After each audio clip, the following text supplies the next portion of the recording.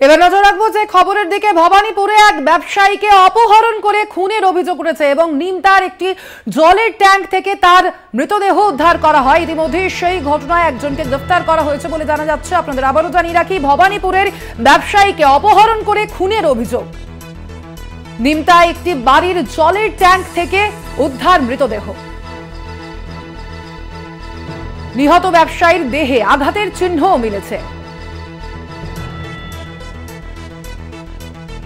11ই March থেকে নিখোঁজ ছিলেন ব্যবসায়ী ভব্য লাখানি এবং যেমনটা জানা যাচ্ছে নিমতার একটি বাড়ির জলের ট্যাঙ্ক থেকে তার দেহ মিলেছে। ভবানীপুরের ব্যবসায়ীকে অপহরণ করে খুনের অভিযোগ, সেই ঘটনার তদন্ত শুরু করেছে পুলিশ। নিমতায় একটি বাড়ির জলের ট্যাঙ্ক থেকে উদ্ধার হয়েছে মৃতদেহ। তার নিহত ব্যবসায়ীর দেহে মিলেছে বহু আঘাতের চিহ্ন।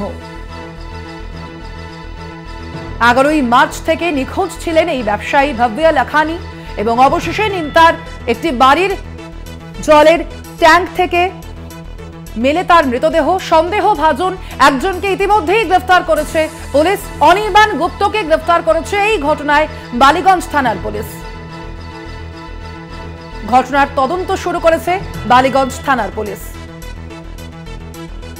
এ বিষয়ে আমরা আরো বিস্তারিত জানবো। ফোন লাইনে রয়েছেন আমাদের প্রতিনিধি সুমন শেখদার। সুমন, কি জানা যাচ্ছে?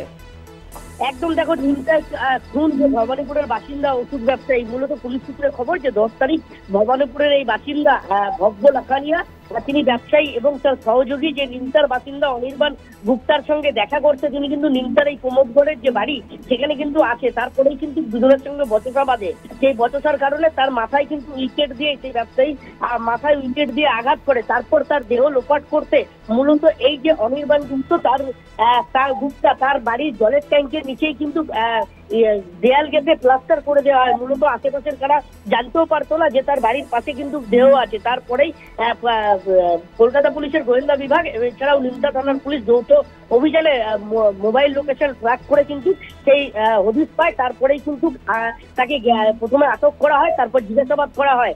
তারপরে কিন্তু জিজ্ঞাসাবাদে সে স্বীকার করে যে এই খুনের কথা। তারপরেই কিন্তু আজ সকালে ওই জলের ট্যাঙ্কের ওখান থেকেই কিন্তু দেহ উদ্ধার করা হয় এবং তারপরেই যে বেলঘড়িয়া এক্সপ্রেসের কাছে যে ডাম্পিং গ্রাউন্ড আছে সেখান থেকে কিন্তু রক্তমাখা জামা সহ বেশ কিছু সামগ্রী উদ্ধার করেছে পুলিশ, যেগুলো ফরেনসিকের জন্য পাঠানো হয়েছে।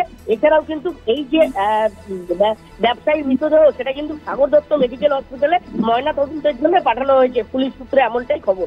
এছাড়াও কিন্তু এই যে দুজনকে আটক করেছে অনির্বাণ গুপ্ত এবং সুমন নামে দুজনকে সহযোগী এই ব্যবসায়ী, তাদেরকে কিন্তু ইতিমধ্যেই গ্রেপ্তার করা হয়েছে পুলিশের পক্ষ থেকে। ধন্যবাদ তোমাকে সুমন।